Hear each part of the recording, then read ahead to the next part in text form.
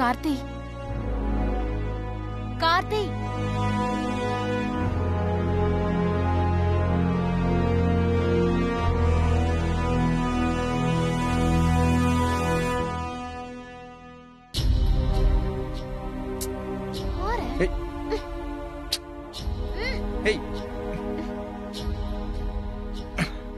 என்ன சிம்ரன்?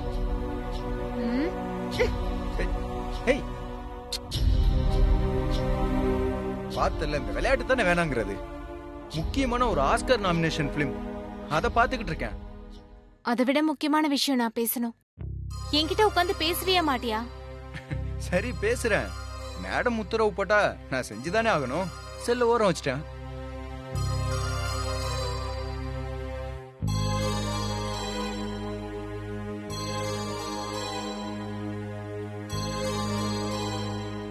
ஹேய், என்ன பேசுறேன்னு சொல்லிட்டு அமைதியாவே உட்கார்ந்திருக்க? என்ன விஷயம்? இல்ல, நான் பேசுறது கொஞ்சம் சென்சிட்டிவான மேட்டர். அதை கேட்டு நீ எதுவும் கோவப்படக்கூடாது. ஹேய், என்னாச்சு உனக்கு? என்ன திடீர்னு? என்ன விஷயம்? இல்ல கார்த்தி, எனக்கு ஒரு விஷயம் தெரிஞ்சாகணும். நாம குழந்தை பெத்துக்கிறத பர்பஸா எதுவும் தள்ளி போடல. ஹேய், என்ன நீ யாரோ மூணாவது மனுஷன் பேசிட்டு இருக்க மாதிரி பேசிட்டு இருக்க? தள்ளி போடுறதா இருந்தா நம்ம ரெண்டு பேரும் சேர்ந்து தானே தள்ளி போடணும். நாம தான் அந்த மாதிரி எதுவும் பண்ணலையே. அப்புறம் என்ன அத பத்தி கேள்வி? அப்போ எதுக்காக நமக்கு இது வரைக்கும் குழந்தை உண்டாகல கார்த்தி?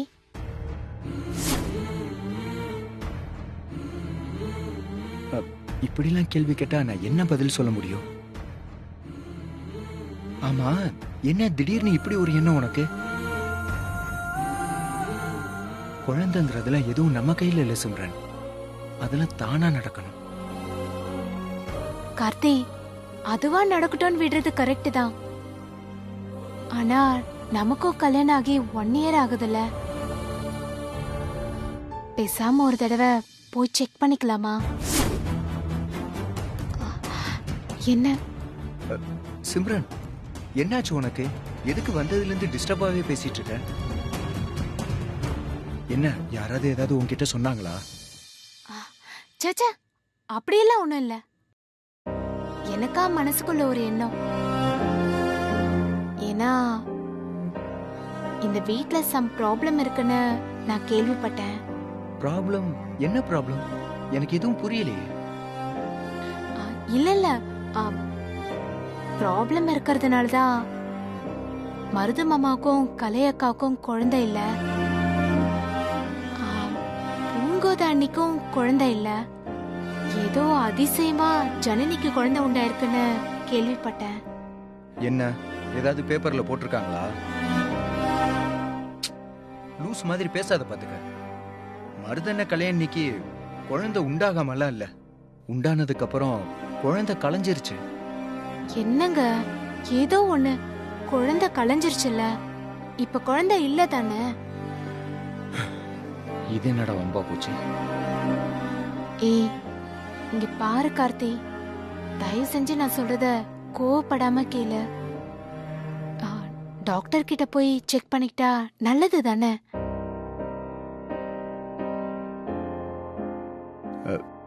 சரி, செக்அப் பண்ணிட்டா நல்லதுதான். என்னைக்கு அப்பாயின்மெண்ட்னு கேளு. உனக்கு என்னென்ன செக் பண்ணணும்னு சொல்றாங்களோ அதெல்லாம் பண்ணிடலாம்.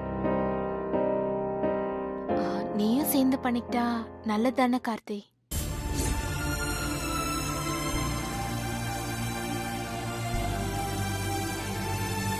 சரி, பண்ணிடலாம். தப்பா நினைச்சுக்க வேண்டாம் கார்த்தி. 2 பேருமே செக் பண்ணிக்கிட்டா நல்லது தானே? நமக்குன்னு ஒரு குட்டி பாப்பா பிறந்தா நல்லா இருக்கும்ல, அதுக்காக தான் கேக்குறேன்.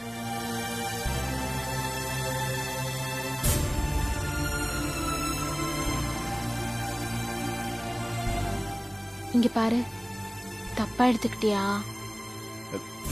சேச்சே, அதெல்லாம் ஒண்ணும் இல்ல. நீ சொல்றதுலயும் நியாயம் இருக்கு. அப்படி இப்படின்னு இந்த மாதிரி விஷயங்கள்லாம் காதுல விழும்போது எந்த பொண்ணா இருந்தாலும் பயம் வரதான் செய்யும். உன் பாயிண்ட் ஆஃப் வியூல இருந்து பார்த்தா நீ பேசுனதுல தப்பே இல்லை. அப்போ கண்டிப்பா செக் பண்ணிடலாம். அப்போ டைரக்டர் சாருக்கு என் மேல கோவம் இல்லையே, செக் பண்ணிக்கலாம் தானே? டைரக்டரே கண்ட்ரோல் பண்ற ரிமோட் கண்ட்ரோல் ப்ரொடியூசர் தான். அதனால ப்ரொடியூசர் மேடம் சொல்லிட்டா இந்த டைரக்டர் சாருக்கு எல்லாமே டபுள் ஓகே தான். ஏய், கதவு திறந்திருக்கு, யாராவது வர போறாங்க. ஏய், ஐயோ, கார்த்திக், விடு கார்த்திக், இரு. விடு. முத்தம் கொடுக்க சொன்னேன்ல. பாத்ரூம் போறாங்க, விடு கார்த்திக். ஏய்,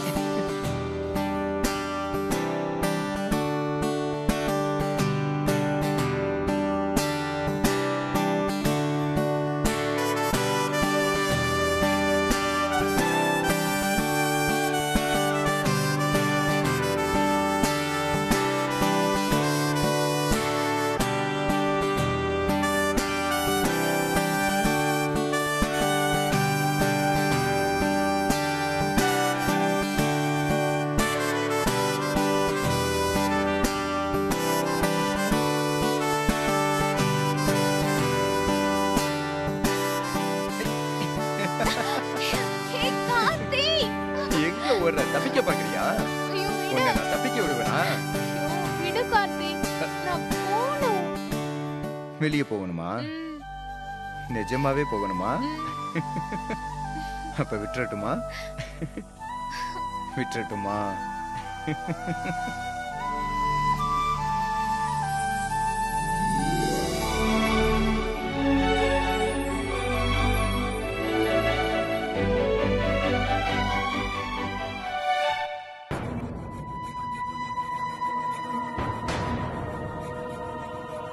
என்ன வருது? கிளம்பிட்டாங்களா? கிளம்பிட்டாங்க சார். ஆன் த வே தான். ஒரு 10 நிமிஷத்தில் வந்துருவாங்க. Okay okay. என்ன சார், எனக்கு தர வேண்டிய அமௌண்ட்லாம் கரெக்டாக கொண்டு வந்திருக்கீங்களா? அதெல்லாம் கொண்டு வராம இருப்பேனா தம்பி? ரெடியா இருக்கு. அவங்க வந்து அட்வான்ஸ் பணத்தை கொடுத்த உடனே நான் உங்களுக்கு கொடுத்துட்றேன். ம், எப்படியோ விவசாயம் பண்ணுறதுக்கு தண்ணி இல்லாமல் சும்மா கலந்த நிலம்,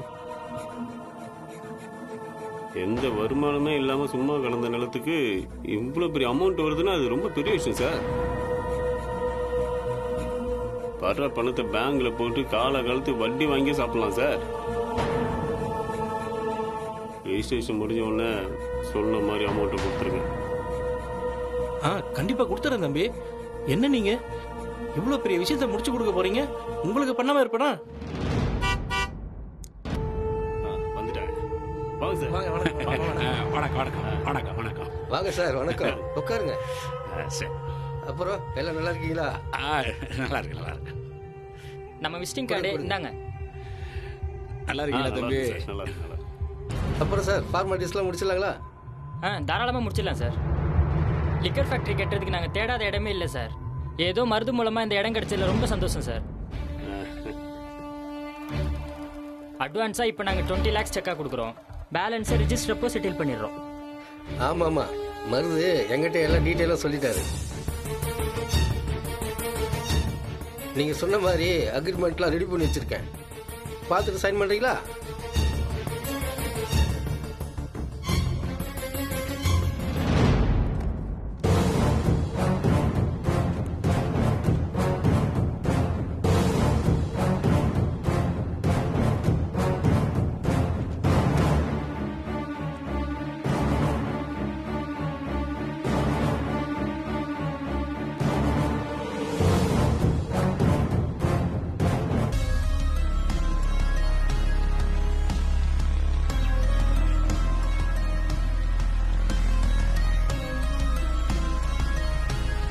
சார் நீங்கள் வாங்க சார்.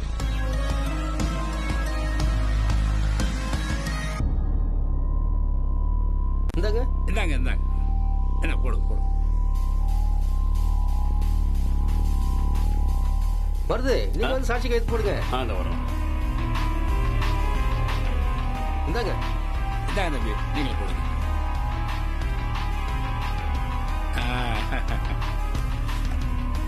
போடுங்க.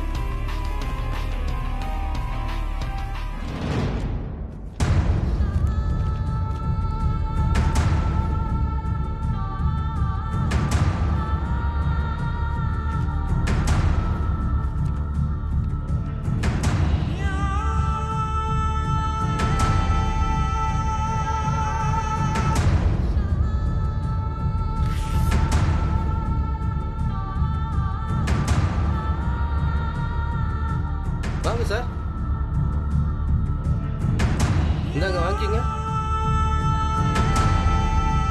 உட்காருங்க.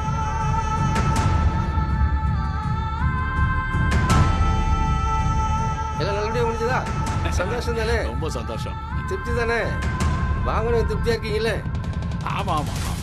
எல்லாத்துக்கும் காரணம் நம்ம மருது தான். கண்டிப்பா கண்டிப்பா. ரொம்ப சந்தோஷம் வருது. முடிச்சு கொடுத்தது ரொம்ப நன்றி. அப்ப நான் கிளம்புறேன்.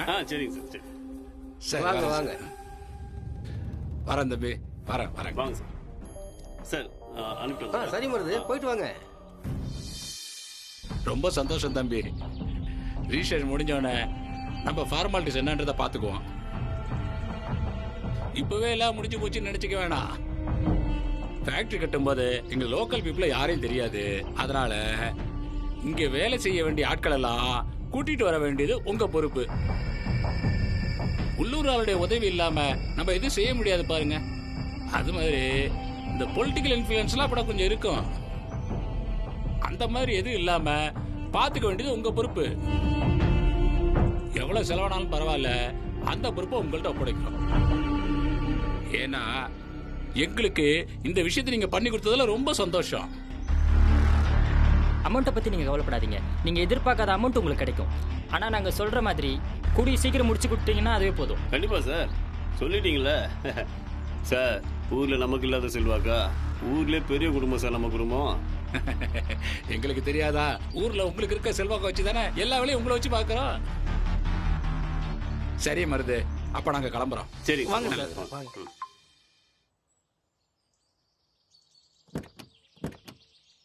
அப்புறம் சார் என்ன பார்த்துட்டே இருந்த? அப்படியே வெட்ட வேண்டியது வெட்டுங்க.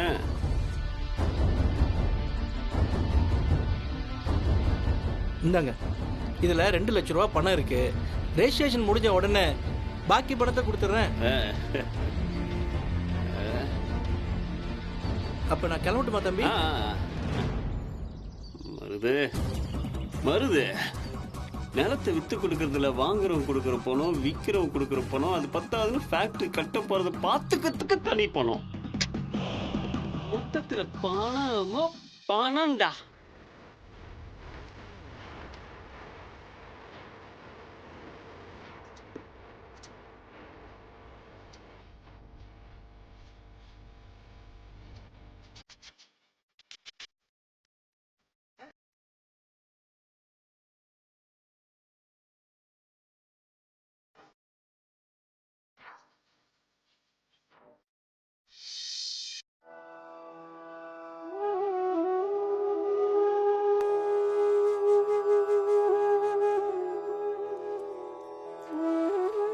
என்னவோ கலை, உன் விஷயத்த நினைச்சா தூக்கம் கூட வரமாட்டேங்குது. என்னோட துக்கம் சாதாரண துக்கமா? அதான் தூக்கத்தையே கெடுக்குது. போ கலை, பிள்ளையார் பிடிக்க நினைச்சு குரங்கான கதை மாதிரி ஆயிடுச்சு. அதுவும் நம்ம சின்ன மாமாவோட மனசை மாத்தணும்னு நினைச்சு எதேதோ பண்ணி கடைசியில எந்த நல்லதும் நடக்காம எல்லாமே சண்டையில முடிஞ்சதுதான் மிச்சம். அதுக்குதான் நான் முதல்ல சொன்னேன், அவரெல்லாம் திருத்த முடியாதுன்னு. யாராச்சும் கேட்டீங்களா? நம்பிக்கை இருக்கலாம், ஆனா எந்த விஷயத்துலன்னு ஒரு அளவு இருக்குல்ல. என் கலை, முத்து மாமா நைட் அது இதுன்னு சண்டை போட்டதுல சின்ன மாமா உன்கிட்ட எதுவும் சண்டை போட்டாரா? என்கிட்ட வேற வந்து சண்டை போடுவாரா? சண்டை போட்டிருந்தாதான் அவரை உண்டிலன்னு ஆக்கியிருக்க மாட்டேன். சும்மாவா விட்டு வச்சிருப்பேன் நானு. இங்க பாரு கலை, தயவு செஞ்சு இப்படி கோவப்படாத. உன் கோவத்துல இருக்கிற நியாயம் எனக்கு புரியுது. ஆனா அதையும் மீறி நீ சின்ன மாமா மேல அன்பாதான் நடந்துக்கணும். போவனிலா, இதெல்லாம் பேசுறதுக்கு வேணா நல்லா இருக்கும், என்னால அதெல்லாம் முடியாது. ஏன் கலை, இன்னைக்கு நேத்தா இப்படி நடக்குது? அவர் எப்பவுமே அப்படித்தானே இருக்காரு. அதுக்காக நீ அவரை வெறுத்துருவியா என்ன?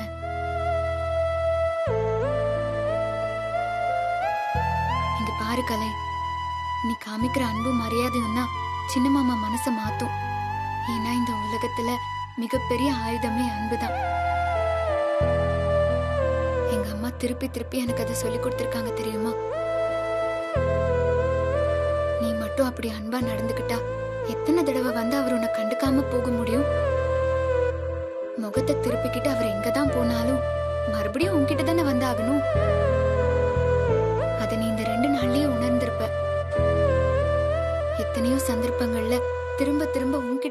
பேச வந்தாரு. அந்த கோவம்லாம் சும்மா கலை. ஏதோ வாய் வார்த்தையா அது இதுன்னு அப்போதைக்கு பேசினாலும் ஒரு நேரம் இல்லைனாலும் ஒரு நேரம் சின்ன மாமா இறங்கிதானே வந்தாகணும். நீ வந்து அவருக்கு பிடிச்ச விஷயங்களாகட்டும் இல்ல சாப்பிடுற விஷயங்களாகட்டும் என்ன வேணும்னாலும் கேட்டு கேட்டு செஞ்சு கொடு. இன்னும் அக்கறை எடுத்து அன்பா பாத்துக்கோ. என்னைக்குமே நாம இந்த பூ மாதிரி இருக்கணும் கலை. பூ இந்த பூமியில பூக்கும் போதே நம்ம சாமி கிட்ட போகணும், இல்ல யாரோட தலைக்காவது போகணும், இல்ல துக்க காரியத்துக்கு போகணும்னு நினைச்சா பூக்குது. அப்படியெல்லாம் இல்லல, பூ பூவா பூக்குது. தனக்கான பிரதிபலன் எதையுமே எதிர்பார்க்காம தானே அது பூக்குது. என்னைக்காவது அதை யோசிச்சு வாசனைய கொடுக்குதா? அப்படியெல்லாம் இல்ல, எப்பவுமே அதே வாசனையில தான் இருக்கு. நாம அதை எடுத்து முகர்ந்து பார்த்தாதான் அதுல இருக்கிற வாசனை நமக்கு தெரியும். நாம பார்த்தாலும் பார்க்காட்டியும் அது வாசனைய குடுக்கறதுக்கு தவறுனதே இல்ல. அதோட நிறுத்திடுதா? தேனீகளுக்கு தேனை கொடுக்குது, நமக்கு இவ்ளோ பலனை கொடுக்குது. அந்த மாதிரி எதையுமே எதிர்பார்க்காம பூ மாதிரி இருந்தா நிச்சயமா நமக்கு நல்லது நடக்கும் கலை. என்ன நான் சொல்றதெல்லாம் புரியுதா? சொல்லு, பூ மாதிரி இருக்கியா இல்ல பூல இருக்கிற முள் மாதிரி இருக்கியா?